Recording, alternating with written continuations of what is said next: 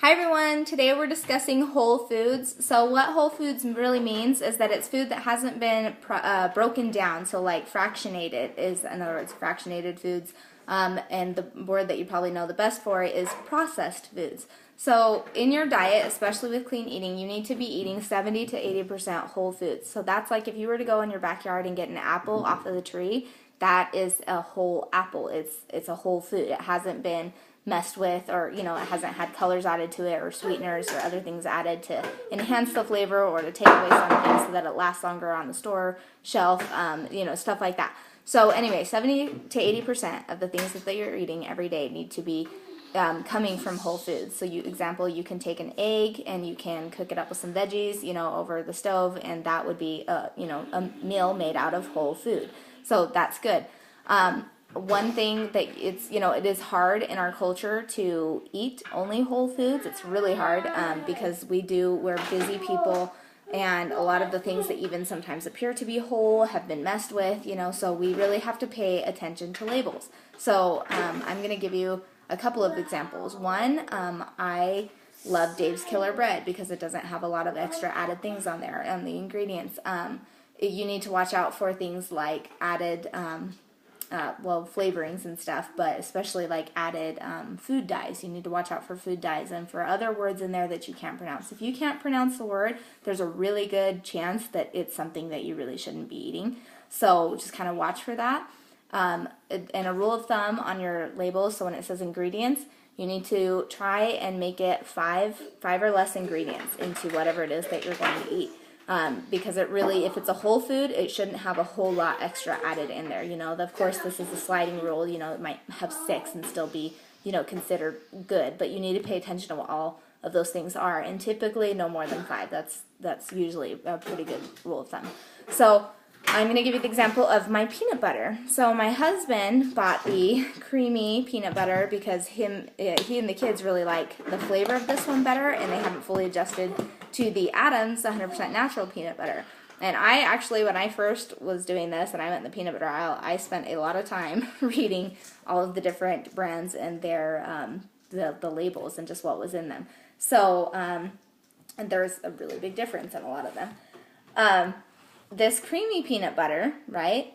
And some of them they'll say, oh, it's natural too and whatever. So don't just go by what it's saying, because unless it says it's certified organic or whatever, then that they actually can put on whatever word they want to there.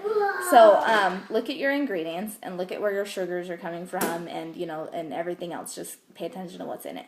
So on this creamy peanut butter, it's got roasted peanuts, sugar, contains 2% or less of molasses, hydrogenated vegetable oils, rapeseed, cottonseed, and soybean oil, which is all the hydrogenated vegetable oils, and salt. So that actually has 6 ingredients, right? Which isn't too bad, right? It's not like a ton, which some of the peanut butters had a crazy amount of extra stuff in them.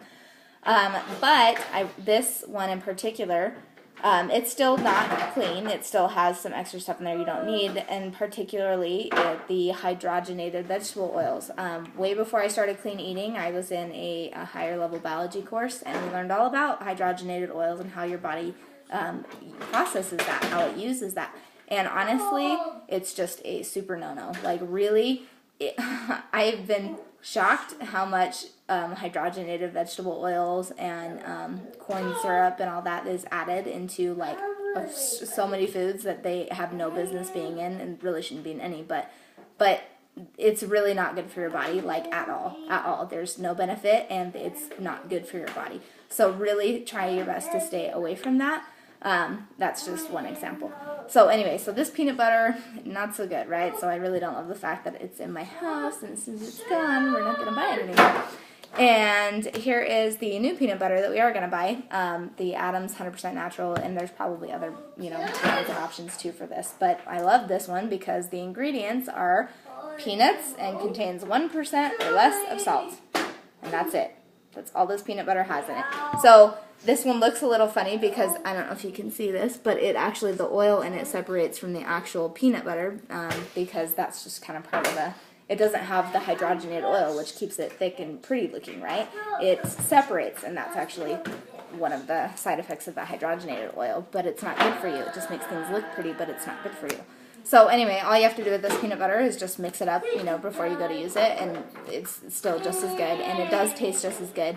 The only reason my husband doesn't love the taste as much as the other one is because it's just not quite as sweet, and it kind of, when you get used to eating clean, you'll be able to taste a slight difference in some of the things. They're actually going to taste better to you because you're eating real food, and you don't have this funny, like, almost, I don't even know how to describe it. It's kind of like a waxy taste. Like there's a phony taste that comes with a lot of this processed stuff that you actually will start to be able to taste afterwards, and it just won't taste as good to you because you're not used to eating it anymore. So basically, yeah, focus on whole foods. Maximize every calorie, especially with, doing this clean eating. Yes, clean eating is great for losing weight and getting healthy, but it's awesome because it teaches you to maximize all the nutrients in every single bite. So for every calorie you're getting a ton more nutrients, and that just really feeds your body and helps your body work better, and so you just feel better and you function better all the way around. So eat more whole foods.